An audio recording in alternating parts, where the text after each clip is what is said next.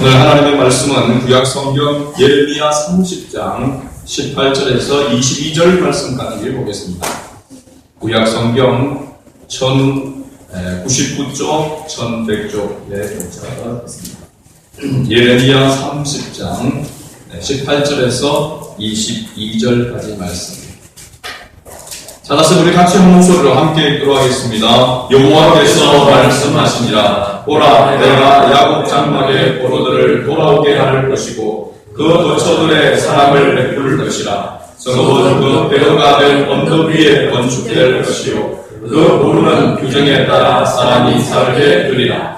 그들에게서 감사하는 소리가 나오고 즐거워하는 자들의 소리가 나오리라. 내가 그들을 원성하게 하리니 그들의 수가 줄어들지 아니하겠고 내가 그들을 존귀하게 하리니 그들은 미천하여지지 아니하리라. 그의 자손은 예전과 같겠고 그 대중은 내 앞에 굳게 설 것이며 그를 압박하는 모든 사람은 내가 다 벌하리라. 그 용도자는 그들 중에서 나올 것이요 그 통치자도 그들 중에서 나오리라. 내가 그를 가까이 오게 하리니 그가 내게 가까이 오리라. 참으로 담대한 마음으로 내게 가까이 올 자가 누구냐? 여호와의 말씀입니다. 너희는 내 백성이 되겠고 나는 너희들의 하나님이 되리라.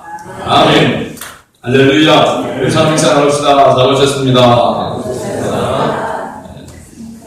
주님의 사랑으로 축복합니다. 오늘 말씀 예레미야 30장 18절에서 22절까지 말씀인데요. 실제로는 예레미야 30장 1절부터 시작해서 보면 31장에까지 걸쳐져 있는 말씀이다라고 연습했습니다. 오늘 제목이 가까이 오게 하시는 하나님 제목입니다. 우리가 성경을 읽을 때에 하나님은 정말로 자기 마음대로 하나님 마음대로 하시는구나 라고 하는 것을 알 때가 있습니다. 김일성, 김정은 또 이렇게 김정일, 김정은 3대에 거쳐서 북한을 통치하는 독재자라고 이렇게 이야기하는 그래도 보니까 김정은도 자기가 마음대로 하는 같이 보여지지만 눈치를 사실은 많이 본다라고 이렇게 이야기를 합니다. 근데 북한의 독재자가 그렇게 마음대로 독재를 하고 있는 것 가운데 있지만 성경을 보게 되어지면 하나님은 김일성보다도 김정일보다도 김정은보다도 더 하나님은 자기 마음대로 하신다라고 하는 것을 우리가 성경을 읽을 때에 발견하게 되어집니다. 정말 하나님은 이렇게 하시고 저렇게 하시고 또 무너뜨리기도 하시고 이렇게 세우기도 하시고 하나님 마음대로 이렇게 하신다라고 하는 것을 성경을 읽을 때에 우리가 느끼게 되어집니다. 물론 하나님은 선하시고 하나님은 사랑이 풍성하신 분이시라 하나님의 백성을 유익하게 하고 하나님께서 하나님의 뜻을 이루가기 위한 그러한 역사를 나타내시지만 하나님께서 멀리하게 하신 사람 또 하나님께서 가까이 오게 하시는 그러한 하나님께서 이렇게도 하시고 저렇게도 하시는 그런 모습들을 우리가 보게 됩니다. 오늘 우리가 본문 말씀 가운데서도 하나님께서 그렇게 역사하고 있다라고 하는 것을 특징으로 살펴볼 수가 있습니다.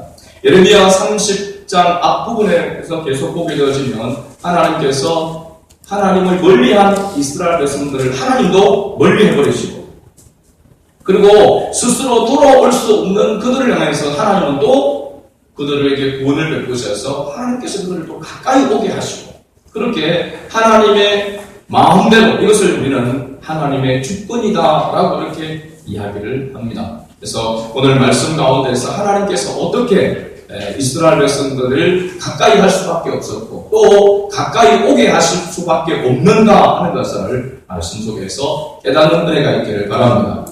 오늘 이 예레미야와 예레미야 애가를 기록한 선지자가 바로 예레미야 선지자라고 이렇게 성경은 말하고 있습니다.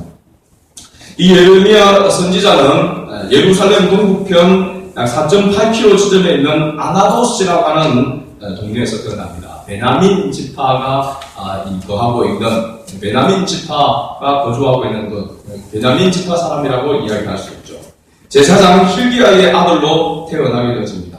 그가 태어날 당시의 왕은 므낫세라고 이렇게 이야기하는데, 이 므낫세라고 하는 왕이 바로 유다 왕입니다. 55년간 나라를 다스렸는데 참 폭정을 행하고 악정을 행한 그러한 왕으로 유명합니다. 악명을 떨치는 그러한 바로 왕이었죠. 좀 폭군들은 빨리 그냥 짧은 기간 동안 그렇게 하고 끝나버리면 좋은데, 오랜 동안 55년 동안 악정과 폭증으로 악명을 떨친 그러한 왕으로 모셔지고 있습니다. 그러니까 이 므낫세 왕이 통치하고 있는 그런 때에 스부터 시작해서 이 므낫세 왕이 죽고 그의 아들 아모니 왕이 되었지만 2년 만에 피살되어집니다. 요시야 왕이 나라를 다스리고 있을 때에, 그때에 이 제사장 hil기야의 아들 예레미야가 20세에 선지자로 부름을 받게 되어지고, 약 50년간 유다 민족의 흥망성쇠를 지켜보면서 예언 활동을 전개했던 사람이 바로 예레미야 선지자입니다. 예레미야의 예언의 초점은 바로 범죄한 유다 백성들이 하나님께서 심판을 하신다, 하나님께서 범죄한 유다 백성들을 심판한다라고 하는 그러한 것으로 계속해서 되어져 있습니다. 근데 보면은 많은 부분이 이 예레미야가 52장까지 있는데, 그 가운데서 3분의 2가 심판에 대해서 계속해서 예언하고 있는 그런 말씀이고, 오늘 그 가운데서 이 30장과 31장은 계속해서 하나님 앞에 매맞고 하나님께서 그들에게 징계하는 그 가운데서 하나님께서 그럼에도 불구하고 이 유다 민족에게 위로와 또 회복의 은혜를 하나님께서 베풀어 주실 것이다 라고 하는 그러한 약속의 예언이 오늘 본문에 나오고 있는 것입니다. 그래서 성경을 해석하는 성경 주경신학자들이 이 예레미야 30장과 31장을 별칭으로 이야기할 때에 바로 위로와 회복의 책이다, 위로의 책이다 라고 이렇게 이야기하고 있습니다. 계속해서 너희가 그렇게 하면 악을 행하는 것에 대해서 말씀하고, 그렇게 되면 어떻게 될 것이다 라고 계속 예언하는 것 가운데서, 그 가운데 이 중간 부분에서 하나님께서 그럼에도 불구하고 유다 백성들에게 하나님께서 위로를 하시고 또 싸매시고 하나님께서 회복시켜 주실 것에 대한 약속을 하고 있는 것이죠. 오늘 우리가 신앙생활하는 가운데서도 어떻게 보면 이 유다 백성들과 다를 바가 없는 그런 신앙생활을 할 때가 많습니다. 하나님의 은혜를 깨닫고 하나님의 뜻을 따라 순종하며 살아감으로 하나님 주시는 그 은혜와 복을 맛보고 누리며 살아가야 되는데, 그렇지 못하고 세상을 쫓아가고 하나님을 멀리하게 되어짐으로 말미암아 하나님의 위로와 회복의 은혜가 아니라 하나님의 징계를 받는 그러한 삶을 살아갈 때가 많이 있다라고 하는 사실입니다. 그래서 오늘 이 유다 백성들에 향하여 하나님께서 말씀하시는 그러한 모습, 오늘 우리에게 말씀하시는 그러한 말씀을 우리가 받을 때에 우리의 삶 가운데 하나님의 위로와 또한 회복의 은혜와 축복이 임하게 될 줄로 믿습니다. 자, 그렇다면 먼저 첫 번째로 지금 유다 백성들, 이스라엘 백성들이 어떠한 상태 가운데 있는가 하는 것을 보여주고 있는데요. 전쟁에 패배하여 포로가 된 유다 백성들의 그 비참한 상태를 이야기를 하고 있습니다. 우리가 1절을 했지만 앞으로 돌아가서 30장 5절 말씀을 한번 보도록 하겠습니다. 5절 말씀을 같이 읽어봅니다. 여호와께서 이와 같이 말씀하시되 우리가 무서워 떠는 자의 소리를 들으니 두려움이요 평안함이 아니로다. 그들의 전쟁에 패배함으로 말미암아 그들이 두렵고, 그리고 그것으로 인하여서 그들에게 평안이 없다라고 이렇게 이야기하고 있습니다. 그 다음에 6절을 보게 되어지게 되면 그의 얼굴이 어떻게 되는지를 이야기하고 있습니다. 6절을 읽어봅니다. 너희는 자식을 해산하는 남자가 있는가 물어보라. 어찌하여 모든 남자가 해산하는 여자같이 손을 자기 허리에 대고 모든 얼굴이 겁에 질려 새파래 졌는가. 지금 얼굴이 창백해지고 새파랗게 겁에 질려져 있는 그와 같은 모습입니다. 얼굴은 마음의 참이다라고 그렇게 이야기하지 않습니까? 마음이 괴롭고 답답하고 다른 것으로 염려와 근심 걱정에 사로잡혀 있고 불안한 가운데 있게 되어지면 얼굴에서부터 그러한 것이 나타난다고 이야기합니다. 그래서 화를 내 있는 사람이 아무리 화가 안 난 척 하더라도 다 나타나 있는 거죠. 기분이 좋은 사람, 마음에 기쁨이 있는 사람은 막 소리 내서 웃지 않아도 얼굴을 보면은 막 웃음이 터져 나오려고 막 그렇게 하고 있죠.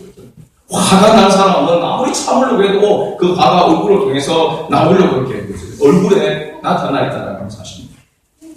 지금 이스라엘 백성들의 그러한 모습이 전쟁에 패배하여서 그들이 어떠한 모습 가운데 있게 될 것인가 하는 것을 이야기하고 있습니다. 그래서 7절의 말씀에 보면 이러한 때를 예레미야 선지자는 어떤 때라고 이렇게 이야기를 하고 있느냐 하면 7절을 한번 읽어봅니다. 슬프다 그 날이여 그와 같이 엄청난 날이 없으리라. 그 날은 야곱의 환난의 때가 되리로다. 그러나 그가 환난에서 구하여 능을 얻으리로다. 야곱의 환난의 때와 같다. 슬픈 환난의 때가 바로 될 것이다 라고 이렇게 이야기를 하고 있습니다.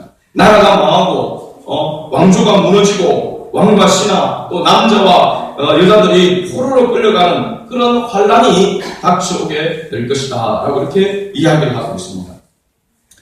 오늘 우리가 읽지는 않았지만 12절로 계속해서 보게 되어지면 이럴 때에 어떠한 상태에 있고 어떤 모습인가 하는 것을 좀 더 구체적으로 이야기하고 있습니다. 12절을 보게 되면 여호와께서 이와 같이 말씀하시니라 네 상처는 고칠 수 없고 네 부상은 중하도다.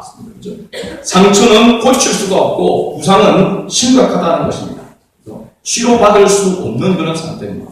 13절을 보면 네 송사를 치료할 자 상관이 없고 네 상처에는 약도 없고 처방도 없도다 이렇게 말씀하고 있죠. 대략이 무효인 것입니다. 그 어떤 것으로도 치유될 수 없는 그러한 심각한 상태 가운데 있을 것이다. 상처는 깊고 아픔은 큰데 아무도 위로해 줄 사람이 없고 치료해 줄 사람이 없는 약도 없다라는 것입니다. 바로 소망이 없고 절망적인 상태임을 이야기하고 있습니다.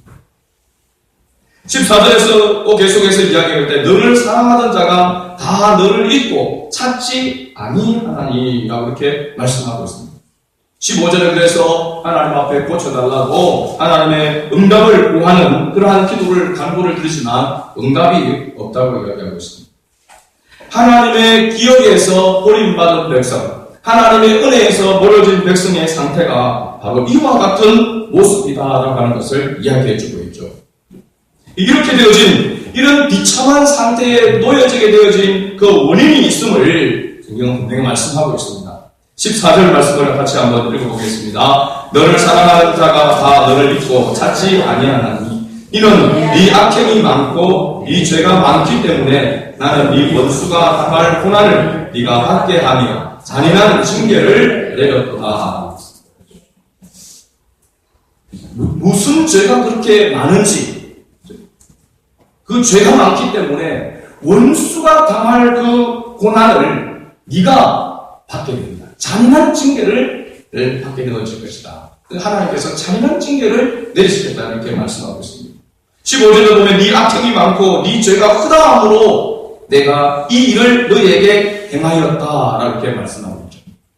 이스라엘 백성들의 죄악이 많고 죄가 크다함으로 헤아릴 수 없으므로 하나님께서 이렇게 이스라엘 백성들을 택한 이스라엘 백성들을 비참한 상태에 놓이게 했다라고 이렇게 말씀하고 있습니다. 자, 보니까 하나님 앞에 이스라엘 백성들이 어떤 죄악을 범하였는지 물론 여러 가지 관리들 부패, 선지자들의 부패, 여러 가지 많은 총체적인 그런 부패가 있었는데 하나님은 예레미야 2장 5절 말씀에 보면은 이스라엘 백성들이 유다 백성이 하나님을 멀리하고 헛된 것을 따라갔다라고 이렇게 이야기를 하고 있습니다. 하나님을 멀리하고 헛된 것을 쫓아갔다. 좀 더 구체적으로 예레미야 2장 13절 말씀을 이 백성들의 죄악이 두 가지라고 이렇게 요약을 하면서 그 첫 번째 죄가 바로 뭐냐면 생수의 근원이신 하나님을 버린 것이라고 얘기했습니다. 생수의 근원이라고 하는 것은 그들이 먹고 생명을 유지하며 살아갈 수 있는 그것이 그 근원이 하나님이신데 그 하나님을 버렸기 때문이라고 얘기하고 있습니다. 두 번째는 스스로 그들이 스스로 웅덩이를 탄 것이다. 이렇게 이야기하고 있습니다. 스스로 멸망을 잡수했는데 그 원인을 보게 되니까 이방인들의 신을 따라간 것이라고 이야기하고 있습니다. 한마디로 보면 우상을 숭배한 것이죠. 하나님을 멀리한 것, 하나님을 떠나니까 그냥 아무것도 안 하고 있는 상태가 아니라 다른 것을 쫓아가더라는 것입니다. 뭘 쫓아가는? 이방인들의 신들을 쫓아갔다라고 하는 것이죠. 그래서 그들이 수렁에 빠져 스스로 웅덩이에 빠져서 스스로 헤어나올 수 없는 그런 상태. 우리가 수렁이라고 할 때에 빠지게 되어지면 나오려고 발버둥을 치면 칠수록 더 빠져 내려가는 것입니다. 누군가가 건져주지 않으면 스스로는 거기에서 빠져나올 수 없는 상태를 이야기하고 있는 거죠. 지금 이스라엘 백성들이 하나님 앞에 범죄하고 하나님을 멀리함으로 말미암아 다른 것을 그들이 섬기고 다른 것을 쫓아감으로 말미암아 이와 같은 상태에 놓이게 된다라고 이렇게 말씀하고 있습니다.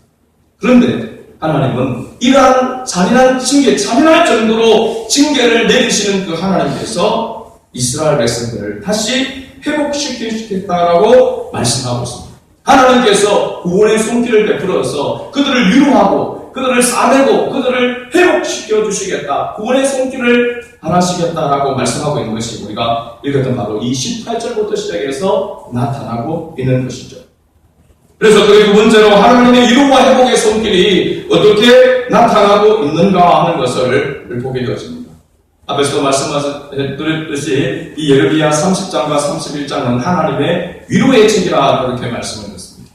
하나님께서 구원의 손길을 베풀어서 하나님께서 이끌고 하나님께서 회복시켜주지 않으면 불가능한 그런 상태 가운데 있는 이스라엘 백성들, 하나님께서 어떻게 위로하시고 하나님께서 어떻게 회복시켜 주시는가. 첫 번째가 바로 이스라엘 백성들로 하여금 돌아오게 하나님께서 하시겠다라고 이렇게 말씀하고 있습니다. 18절 말씀을 다시 보게 되어지면요, 여호와께서 말씀하시니라. 보라, 내가 야곱 장막의 포로들을 돌아오게 할 것이요. 포로 가운데 있는 비참한 상태 가운데 있는 그들을 하나님께서 돌아오게 할 것이라. 그냥 단순히 돌아오게만 할 것이 아니라 그들의 삶을 회복시키시겠다고 다시 살리겠다고 말씀하고 있죠.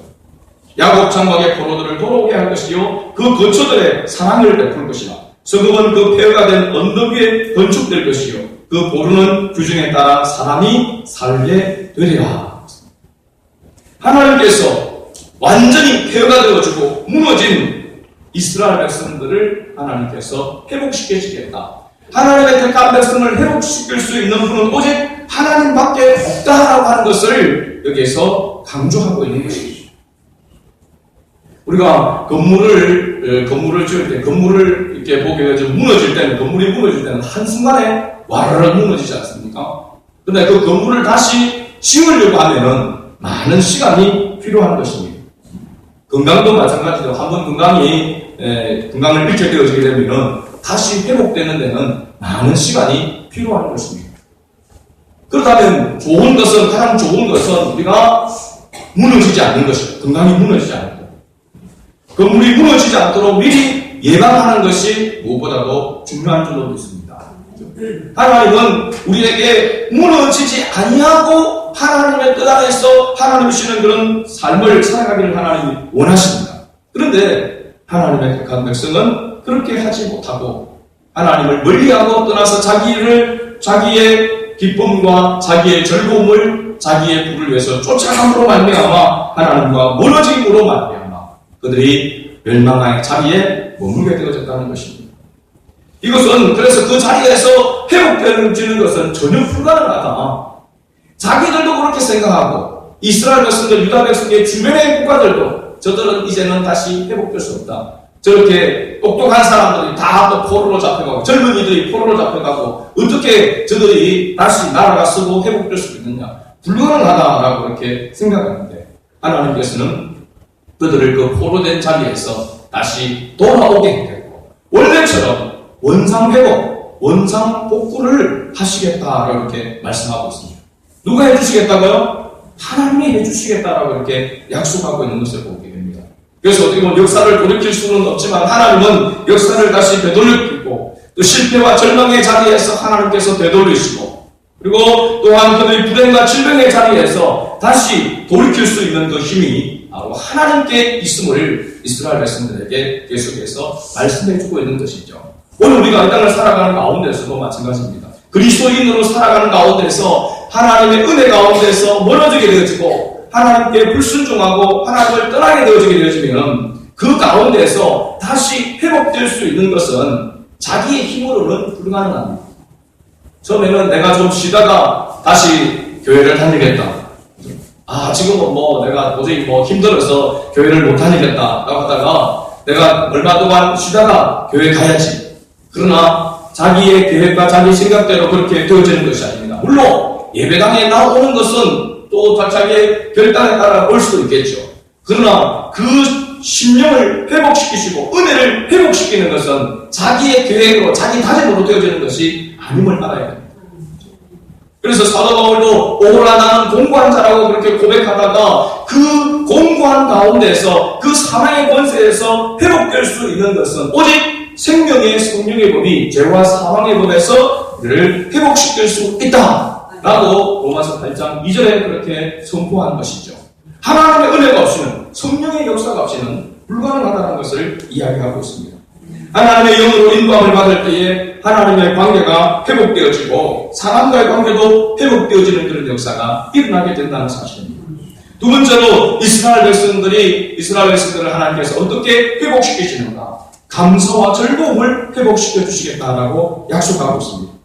우리가 아까 읽었지만 19절 말씀을 다시 한 번 더 읽어보겠습니다. 그들에게서 감사하는 소리가 나오고 즐거워하는 자들의 소리가 나오며 내가 그들을 번성하게 하리니 그들의 수가 줄어들지 아니하겠고 내가 그들을 존귀하게 하리니 그들은 비천하여지지 아니하리라. 아멘. 하나님 앞에 감사의 소리를 즐거워하는 소리가 그들에게 나오고 그들이 번성하게 하겠고 그렇게 전쟁에서 패배하여 수많은 사람이 죽고 포로로 끌려가고 그런 엄청난 절망의 자리에 가운데 있지만 하나님께서 온전하게 다시 회복시켜 주시겠다 이렇게 말씀하고 있습니다. 우리가 하나님 앞에 이 감사 또 즐거워하는 이 소리를 한마디로 한 가지로 이야기한다면 그건 찬양이라고 할 수 있습니다. 찬양. 하나님 앞에 드리는 찬양, 거기에는 감사가 있고 경배가 있고 또 신앙의 고백이 있고 또 헌신과 충성이라는 모든 것이 담겨져 있습니다. 여러분 우리 찬송가를 이렇게 보게 되어지면 찬송가도 하나님의 인도, 하나님의 사랑, 또 하나님의 또 충성, 하나님께 충성, 하나님의 보호, 또 제사의 길 여러 가지 그러한 것들이 찬양의 여기에 찬송가에 다 포함되어져 있는 것을 보게 되어집니다. 그래서 하나님 앞에 찬양을 드린다라고 하는 것은 굉장히 중요한 것입니다. 하나님의 은혜로 회복된 자가 감사의 소리를 낼 수 있고 즐거워하는 소리를 낼 수 있다는 사실입니다.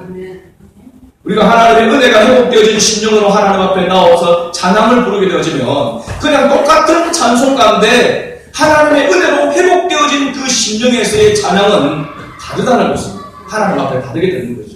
감사가 거기에 묻어나오게 되어지고 기쁨과 즐거움이 거기에 묻어져 나오는 것이죠. 하나님 앞에 우리가 찬양을 드릴 때도 물론 찬양을 인도하는 사람이 찬양 선곡도 잘해야 되겠고 반주자들은 하나님 앞에 찬양을 드릴 때 기쁜 마음으로 또 하나님 앞에 그렇게 연주도 이렇게 해야 합니다. 찬양을 부르는 사람들도 모두가 다 함께 그와 같은 그런 마음으로 감사하는 마음으로 즐거워하는 마음으로 하나님을 찬양할 수 있어야 되는 거예요. 그렇지 아니하면 하나님께서 하나님과 회복되지 못한 그런 가운데에서 부르는 찬양은 하나님 앞에 진정한 영광이 될 수가 없다는 사실입니다. 우리의 찬양 속에 감사와 즐거움이 묻어날 수 있기를 바랍니다. 시편 4편 7절을 말씀 보면 주께서 내 마음에 두신 기쁨은 그들의 곡식과 새 포도주가 풍성할 때보다 더하니이다. 하나님께서 내 마음에 두신 기쁨은 세상의 물질, 세상의 그러한 것들이 풍족한 것보다 더 기쁘다라고 하는 것입니다. 하나님 앞에 드리는 우리의 찬양이 감사와 즐거움, 기쁨의 찬양이 될 수 있기를 바랍니다. 그래서 저도 이렇게 찬양을 우리 집사님이 인도를 하시는 것 가운데서 마지막 찬양은 좀 이렇게 모두가 다 잘 아는 그런 찬양을 좀 했으면 좋겠다 싶어서 가끔은 우리 분들은 잘 모르는, 제가 보니까 찬양 소리가 좀 마지막 찬양이 더 힘이 있어야 되는데 좀 약해진 건 잘 모른다는 거거든요. 그죠? 잘 모르면은 소리도 크게 못 냅니다, 또. 그죠? 또 그렇게 하다 보면 마음이 열려지지를 못합니다. 가사에 마음을 담지를 못하는 그런 부분을 봅니다. 그래서 하나님 앞에 주일날 사실은 오전 예배 때에 드리는 이 찬양은요, 힘있게 하나님 앞에 드려져야 됩니다. 가능하면 모두가 다 아는 찬양. 그리고 찬양 인도자가 어떻게 다 알겠습니까? 그게 다 아는지 모르는지, 그죠? 배워줘야 되겠죠. 그 배울 때 빨리 찬양을 배워야 된다는 사실입니다. 그래서 하나님 앞에 가능하면 모두가 마음을 모아서 힘있게 하나님 앞에 찬양하는 것입니다. 그러면 찬양의 은혜가 내 속에서부터 감사와 즐거움을 하나님 앞에 들어주게 되어지면요, 그 다음 그 예배의 말씀도 그렇고 그 다음에 교제도 그렇고 모든 것이 하나님의 은혜와 사랑으로 충만하게 되어진다는 사실입니다. 찬양의 은혜가 없게 되어지면요, 말씀을 듣는 태도도 바람직하지 못합니다. 힘이 없습니다. 졸리면서 말씀을 듣게 되어지게 되고, 찬양을 할 때도 어떤 사람들을 보면요, 찬양할 때 막 하품을 합니다. 찬양하는데 팔짱을 끼고 입을 다물고 있습니다. 그러면은 절대로 하나님 앞에 감사의 소리, 즐거움의 소리, 나는 하나님과 막혀 있습니다. 막혀 있어도 좋습니다. 이런 태도입니다, 실제적으로. 하나님 앞에 내가 답답한 마음이 있고 여러 가지로 괴로운 그런 마음이 있다 할지라도 그것을 하나님 앞에 내려놓고 하나님 앞에 감사와 즐거움의 소리를 들으기 위해서 우리가 힘써야 되는 거죠. 그래서 찬양의 시간이 굉장히 중요합니다. 처음 때부터 우리가 교회에 나와서 기도하고 찬양할 때에 함께 그 찬양을, 저도 사실은 우리 집사님이 찬양하는 게 어려운 그런 찬양들도 많습니다. 요즘 부르기가 힘들죠. 저도 옛날 걸 좋아하거든요. 네, 요즘 나오는 거는 이렇게 보면은 가사 따라 부르기도 힘듭니다. 그런데 해보면서 리듬을 맞춰서 보니까 한 두 번, 세 번 부르니까 또 따라 부르게 되더라고요. 또 그걸 알고 나니까 이 찬양이 또 좋더란 말이죠. 은혜가 됐다는 말이죠. 그런 노릇이, 아이고 저는 찬양은 나는 바이다, 나는 못 부른다 막 그러고 입타다 부르면 계속 못하는 것입니다. 그렇죠? 하나님의 은혜 가운데 하나님을 찬양하는 그러한 가운데서 그냥 입으로만 이 부르는 찬양이 아니라 마음에서 기쁨이 있어서 즐거움이 있어서 하나님 앞에 들어지는 찬양이 될 수 있길 바랍니다. 찬송가에 보게 되어지면 크로스비라고 하는, 페니 크로스비라고 하는 이 사람이 찬양곡을 많이 이렇게 썼는데요. 그 가운데서 대표적으로 288장 한번 우리 찾아볼까요? 찬송가 288장. 찬송가 288장에 보면은 그 FJ 크로스비라고 거룩한 생활이라고 하는 그 밑에 1873년도에 이 크로스비라고 하는 사람이 작상한 그러한 찬양이 이렇게 되어져 있습니다. 예수를 나의 구주 삼고. 근데 이 크로스비라고 하는 사람이 어떤 사람이냐면 원래 이 크로스비는 시각장애인입니다. 시각장애인. 앞을 보지 못하는 사람이란 말이죠. 그런데도 불구하고 그가 은혜를 받아 이 찬송 가사를 쓰게 되어지는데, 한번 여러분 우리가 잘 아는 찬송이지만은 또 잘 모르는 분도 있으니까 가사만 한번 읽어봅시다. 1절 한번 읽어보겠습니다. 예수를 나의 구주 삼고 성령과 피로써 거듭나니 이 세상에서 내 영혼이 하늘의 영광 누리도다. 이것이 나의 간증이요 이것이 나의 찬송이세. 나 사는 동안 끊임없이 구주를 찬송하리로다. 3절 주 안에 기쁨 누림으로 마음의 풍랑이 잔잔하니 세상과 나는 간 곳 없고 구속한 수만 보이도다. 이것이 나의 간증이요 이것이 나의 찬송일세. 나 사는 동안 끊임없이 구주를 찬송하리로다. 아멘. 앞을 보지 못하는 사람들이 볼 때는 참 불행하다라고 생각하는 그러한 사람인데, 하나님의 은혜를 받고 성령과 피 예수 그리스도의 보혈로 말미암아 거듭나서 보게 되니까 하나님의 영광만 보여진다라고 이렇게 간증하고 있는 신앙의 고백의 찬양입니다. 오늘 우리가 이와 같은 은혜가 있어야 될 줄로 믿습니다. 비록 내 삶의 여러 가지 이런 모양으로 힘들고 어려운 그런 가운데 있다 할지라도 하나님의 은혜를 입은 자로서 성령과 비로소 거듭난 자로서 오직 주님만 보여주고 주님만을 찬양할 수 있는 것. 형편과 상황에 따라서 달라지는 것이 아니라 어떤 형편과 상황 가운데 있든지 주님을 바라보게 될 때에 하나님의 은혜를 생각할 때에 마음에 감사의 소리가 즐거워하는 그런 소리가 나오는 이런 찬양, 이것이 감사와 즐거움을 하나님께서 회복시키시겠다라고 이스라엘 백성들에게 말씀하고 있습니다. 오늘 저와 여러분에게도 감사의 소리, 즐거워하는 자의 소리가 회복될 수 있기를 바랍니다. 마지막 세 번째는 하나님과의 관계를 회복시켜 주시겠다라고 말씀하고 있죠. 지금 유다 백성들이 하나님을 멀리하고 이방신을 우상을 섬김으로 말미암아 하나님과 단절된 그런 상태 가운데 있습니다. 그러니까 하나님도 유다 백성들을 외면하고 있고 유다 백성들도 하나님을 부르지 못했습니다.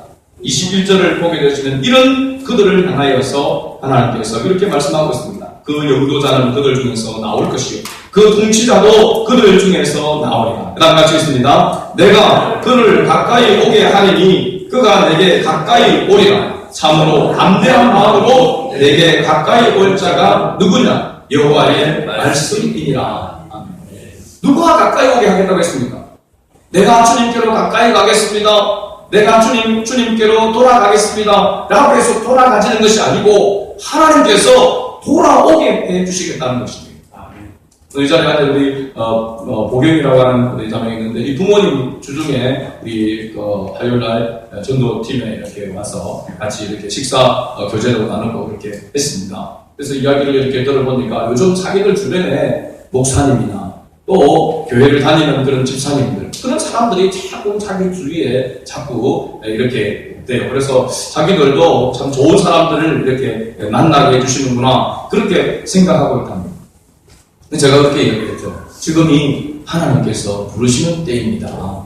하나님께서 가까이 오라고 하는 때입니다. 그렇죠? 하나님이 어느 날 꿈속에서 누구야 이제 내게로 오라 그런다고 해서 사실은 그 소리를 듣고 그게 꿈이라고 생각하지 하나님 부른 소리라고 느닷없이 생각하겠습니까? 그죠? 그런데 하나님은 그냥 오라고 하시는 그런 법이 없습니다. 반드시 사인을 주십니다. 반드시 하나님께서 올 수밖에 없도록 그리고 나중에 변명할 수 없도록 하나님께서 그렇게 역사하신다니까. 먼저 길을 보여주시고 오라고 하지 길도 없는데 오라고 하시는 분이 아니십니다. 그래서 하나님께서 지금 하나님의 사람들을 보내주셔서 지금 주님 앞으로 가까이 오라고 지금 이야기하고 있는 거죠. 이럴 때에 그 소리를 내가 지금 다시 교회를 나오라고 하는구나. 이야기를 들어보니까 학교 다닐 때에 신앙생활을 했더라고요. 그렇죠? 열심히 교회를 다닌 적도 있더라고요. 그렇죠? 다시 지금 교회로 나오기를 지금 하나님께서 가까이 오라고 말씀하고 있습니다. 하나님의 뜻 가운데 오게 될 줄로 믿습니다. 그렇죠? 그래서 우리가 기도할 때에 저는 우리 친척들 가운데 그렇게 기도할 때에 그런 기도를 합니다. 하나님의 사람을 하나님 붙여주시옵소서. 하나님의 사람을 복음을 전하고 또 하나님의 사람다운 모습에 있는 그런 사람들을 자꾸 붙여주게 될 때에 대부분이 보게 되어지면요. 하나님을 믿는 사람들에게 대해서 안 좋은 이야기, 그런 안 좋은 선입견을 가지고 그냥 멀리하고 있는 사람들이 많거든요. 그런데 자기 가까이에서 정말 신실하게 하나님을 섬기고 사람들에게 정말 본이 되어지고 사람들에게 위로와 격려가 되어줄 수 있는 그런 사람들이 붙여지게 되어지면 하나님을 향한 그런 선입견도 교회에 대한 그런 선입견도 달라지게 되는 것입니다. 그래서 내가 가까이 가고 내가 날마다 찾아가지 못한다 할지라도 하나님의 사람을 하나님께서 붙여주셔서 하나님 앞에 나올 수 있도록 은혜를 베풀어 주옵소서. 그렇게 기도한단 말이죠. 여러분들도 이 자리에 있지만 멀리 있는 친척, 멀리 있는 형제들, 가족들을 위해서 기도할 때에 하나님께서 하나님의 사람을 붙여주셔서 하나님 앞으로 돌아올 수 있도록 하나님 앞에 가까이 나올 수 있도록 은혜를 베풀어 달라고 기도해야 될 줄로 믿습니다. 하나님과의 관계가 회복되어지게 되어지면 이 세상의 관계도 회복되어집니다. 그래서 모든 사람들은 이 세상에서의 세 가지 관계를 형성해서 살아가고 있다는 이렇게 얘기합니다. 첫 번째는 하나님과의 관계죠. 두 번째는 바로 사람과의 관계입니다.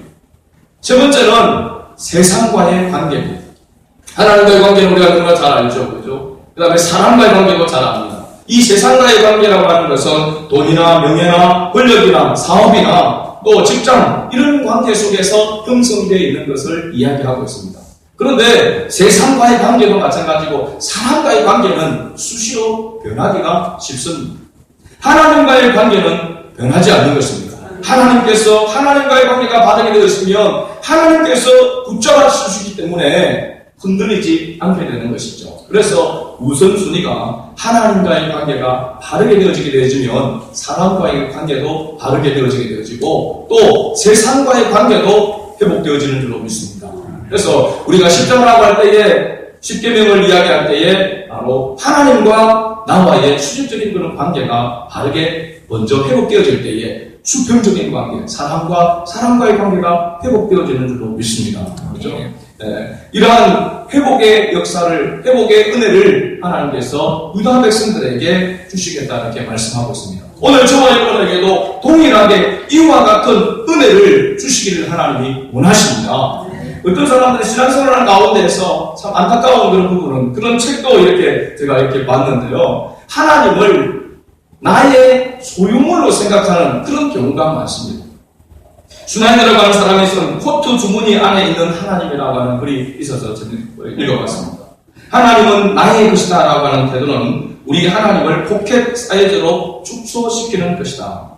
하나님은 내 것이다 라는 자세는 하나님을 호주머니 속에 넣어서 어디든 가지고 다니고자 하는 바람의 표현이다.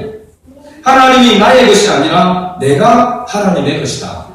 이제 우리는 하나님은 나의 것이라는 자기중심적 태도를 버리고 내가 하나님의 것이라는 생각을 가져야 한다. 하나님의 소유물로서 하나님이 우리를 통해 하고자 하시는 어떤 일도 할 수 있도록 준비해야 한다. 이렇게 배우고 있습니다. 하나님이 나의 것이 아니라 내가 하나님의 것이라는 거죠. 하나님이 나의 것이라고 하는 것은 인본주의입니다. 내가 주인이 되어 있는 것이죠. 그죠? 그러니까 내가 하나님의 것이라고 하는 것은 중심이 하나님께 있는 것입니다. 그죠?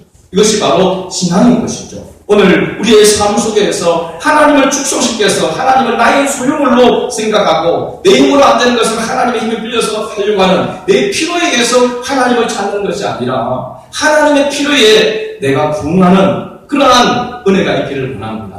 이것이 바로 하나님께서 가까이 하는 자의 모습이라고 하는 사실을 우리는 기억하기 바랍니다. 하나님을 가까이 하고 하나님 가까이 오게 한 자는 하나님께서 돌아오게 하시는데 먼저 감사와 즐거움이 회복되어지고 하나님과의 관계가 회복되어져서 하나님 앞에 진정한 감사와 찬양과 영광을 올려드리는 그런 삶, 하나님의 은혜를 맛보고 누리는 삶. 그래서 오늘 22절 말씀 가운데서 보면은 하나님께서 그렇게 말씀하고 있습니다. 같이 읽어봅니다. 너희는 내 백성이 되겠고 나는 너희들의 하나님이 되리라. 아멘.